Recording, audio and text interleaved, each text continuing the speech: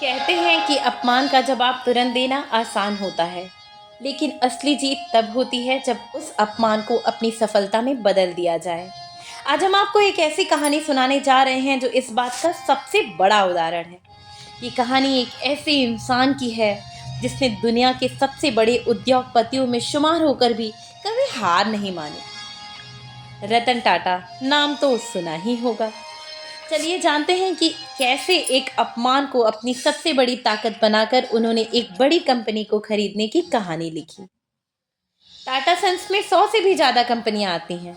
इन कंपनियों में सुई से लेकर स्टील, चाय से लेकर 5 स्टार होटल तक और नैनो से लेकर हवाई जहाज तक सब कुछ मिलता है। यहाँ हम टाटा ग्रुप के चेयरमैन रहे रतन टाटा की जीवन की एक ऐसी कहानी बताने जा रहे हैं जो हम सभी के लिए प्रेरणादायक है। कहानी जानने से पहले हम रतन टाटा के बारे में जान लें तो कहानी को समझने में और भी आसानी रहेगी। रतन टाटा की जिंदगी उतार चढ़ावों से भरी रही। उनका जन्म 28 दिसंबर 1937 को हुआ था। वे टाटा संस्थापक जमशेद जी टाटा के दत्तक पोते व नरबल टाटा के बेटे थे। रतन टाटा ने IBM की नौकरी ठुकराकर टाटा ग्रुप के साथ अपने करियर की शुरुआत साल 1961 में एक कर्मचारी के तौर पर किया था, लेकिन साल 1991 आते आते वे टाटा ग्रुप के अध्यक्ष बन गए। 2012 में वह रिटायर हो गए। रतन टाटा ने अपनी 21 साल के राज में कंपनी को शिखर पर पहुंचा दिया। कंपनी की वैल्यू 50 गुना ज़्यादा बढ़ा दी। वो फैसले लेते गए और उन्हें सही साबित करते गए। ये बात है साल 1998 की, जब टाटा मोटर्स ने अपनी पहली पैसेंजर कार इंडिका बाजार में उतारी थी। दरअसल ये रतन टाटा का ड्रीम प्रोजेक्ट था। इसके लिए उन्होंने जी तोड़ मेहनत की थी, लेकिन उस कार को बाजार से उतना अच्छा रिस्पांस नहीं मिला जितना उन्होंने सोचा था। इस वजह से टाटा मोटर्स घाटे में जाने लगी। कंपनी से जुड़े लोगों ने घाटे को देखते हुए रतन टाटा को इसे बेचने का सुझाव दिया और न चाहते हुए भी रतन टाटा ने इस फैसले को उन्हें स्वीकार करना पड़ा। इसके बाद वो अपनी कंपनी को बेचने के लिए अमेरिका की कंपनी फोर्ड के पास गए। रतन टाटा और फोर्ड कंपनी के मालिक बिल फोर्ड की बैठक कई घंटों तक चली। इस दौरान बिल फोर्ड ने रतन टाटा के साथ अच्छा व्यवहार नहीं किया।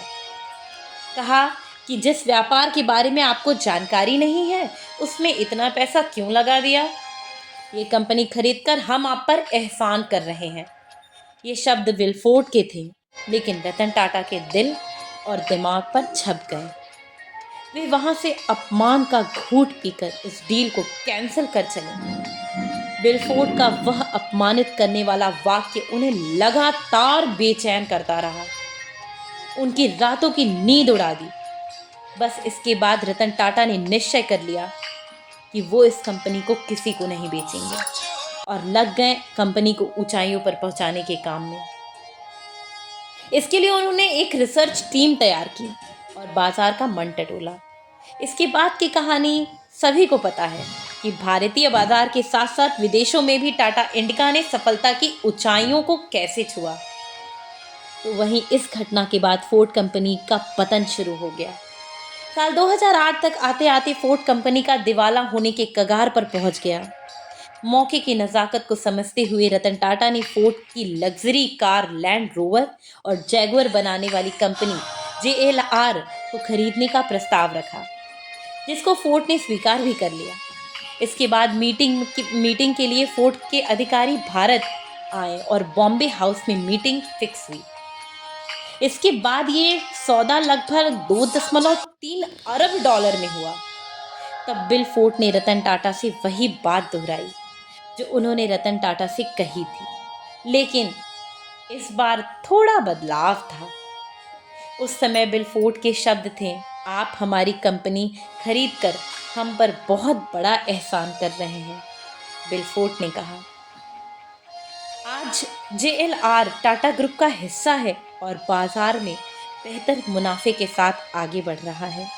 रतन टाटा चाहते तो उसी समय बिल फोर्ड के साथ हुई मीटिंग में उनकी बात का जवाब दे सकते थे, लेकिन कहा ना कि महान लोग अपनी सफलता से लोगों को जवाब दिया करते हैं।